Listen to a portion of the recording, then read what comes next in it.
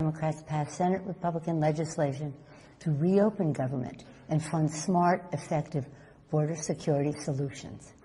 But the president is rejecting these bipartisan bills which would reopen government over his obsession with forcing American taxpayers to waste billions of dollars on an expensive and ineffective wall, a wall he always promised Mexico would pay for.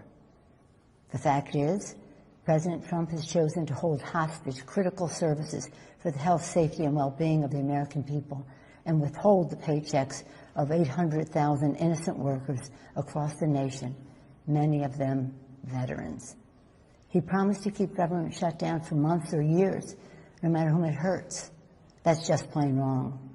The fact is, we all agree we need to secure our borders while honoring our values. We can build the infrastructure and roads at our ports of entry. We can install new technology to scan cars and trucks for drugs coming into our nation. We can hire the personnel we need to facilitate trade and immigration at the border. We can fund more innovation to detect unauthorized crossings. The fact is, the women and children at the border are not a security threat. They are a humanitarian challenge, a challenge that President Trump's own cruel and counterproductive policies have only deepened. And the fact is, President Trump must stop holding the American people hostage, must stop manufacturing a crisis, and must reopen the government. Thank you. Leader Schumer? Thank you, Speaker Pelosi. My fellow Americans, we address you tonight for one reason only. The President of the United States, having failed to get Mexico to pay for his ineffective, unnecessary border wall, and unable to convince the Congress or the American people to foot the bill, has shut down the government.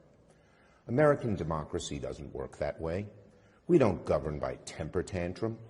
No president should pound the table and demand he gets his way, or else the government shuts down, hurting millions of Americans who are treated as leverage. Tonight, and throughout this debate and throughout his presidency, President Trump has appealed to fear, not facts, division, not unity. Make no mistake, Democrats and the president both want stronger border security. However, we sharply disagree with the president about the most effective way to do it. So, how do we untangle this mess? Well, there's an obvious solution.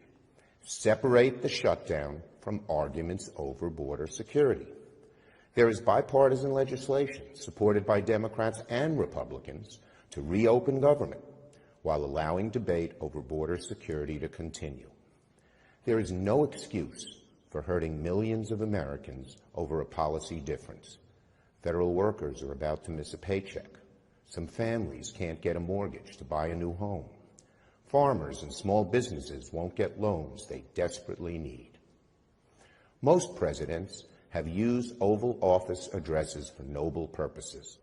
This president just used the backdrop of the Oval Office to manufacture a crisis, stoke fear, and divert attention from the turmoil in his administration.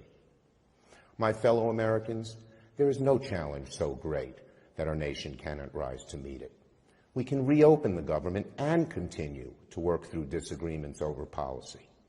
We can secure our border without an ineffective, expensive wall. And we can welcome legal immigrants and refugees without compromising safety and security. The symbol of America should be the Statue of Liberty, not a 30-foot wall. So our suggestion is a simple one. Mr. President, reopen the government and we can work to resolve our differences over border security, but end this shutdown now. Thank you.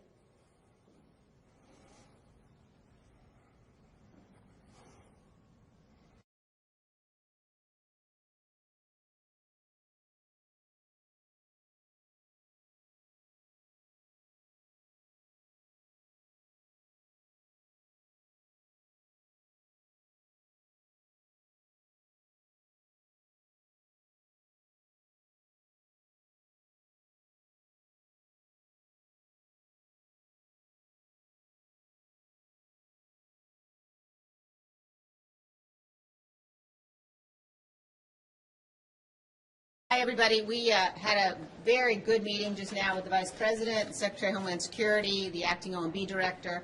The main message and focus is the fact that we have a crisis at the southern border.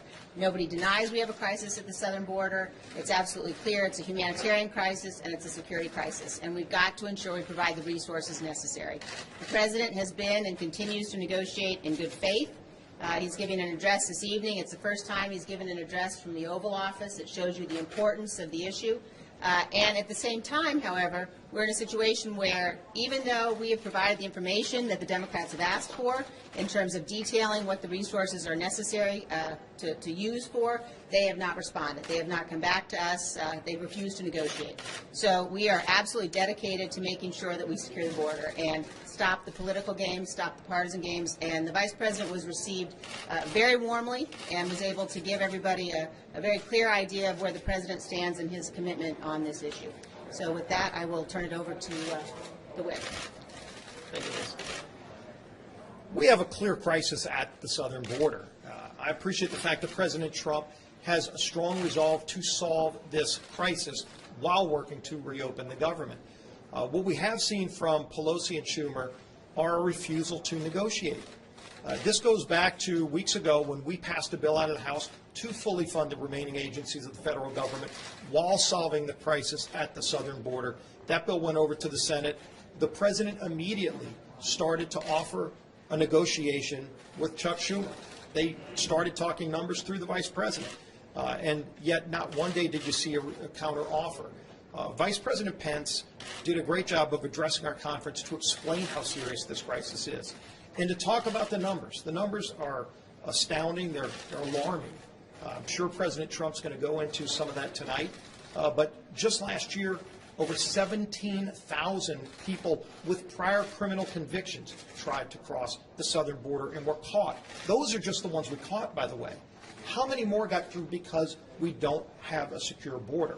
That's what this is all about. We want to get the entire government reopened while securing the border.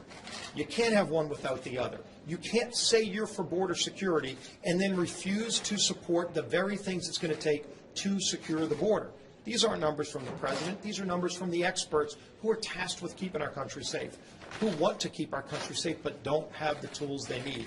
We're going to see tonight how serious this crisis is at the border, but we've got to get this problem solved. We've got to reopen the government while securing the border. That's what this battle is all about. Leader. We just had an update from our conference. It was a very positive conference. From the Vice President to the Secretary of Homeland talked about the crisis down at the border, but more importantly, this President, from the day of this partial shutdown was to begin, has been trying to negotiate to an agreement that could keep government open, but more importantly, solve our border problem. When we met last week on last Wednesday, we couldn't get to a point because we didn't have our leadership races done. People had challenges with that. You watched how close some of these leadership races were, so I guess that made a difference. So we waited to come back on Friday. We made some improvement. And in that improvement, we stayed over the weekend. We had staff in there.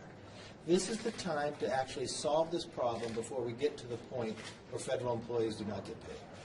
The President is committed to that, to try to solve that problem while keeping the border secure. In those meetings at the White House, every single person says they're for border security. Then you want to ask the definition of border security.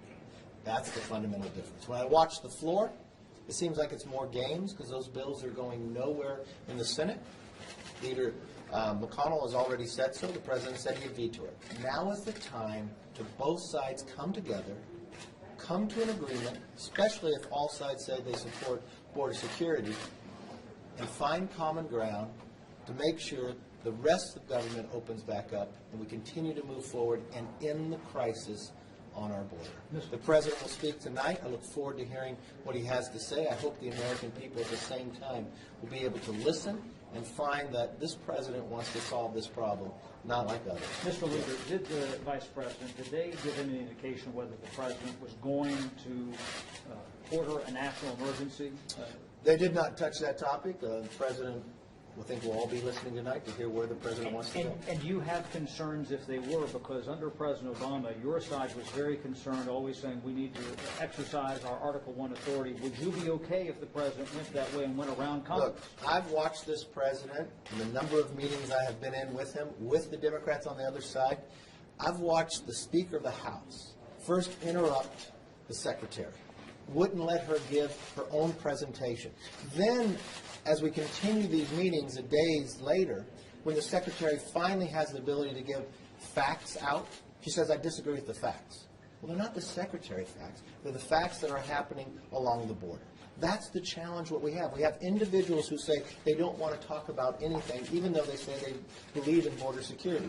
This is the time to put people before politics, stop playing political games, and this president has worked day in and day out. He stayed here during the process, trying to make sure people came together, find common ground. But this is something the president ran on. This is something the American public understands. We have a crisis on our border, and we have to solve that problem at the same time, make sure government opens back up. Mr. Leader, is it? Hey, I apologize. I don't control the floor. Mr. Leader, is it possible to secure the border without a wall? Look, the president has talked before. When you secure the border, it's not just a wall, but a wall matters. Is it you necessary in your yes, view? Yes, it is. Thank you, guys. Thank you.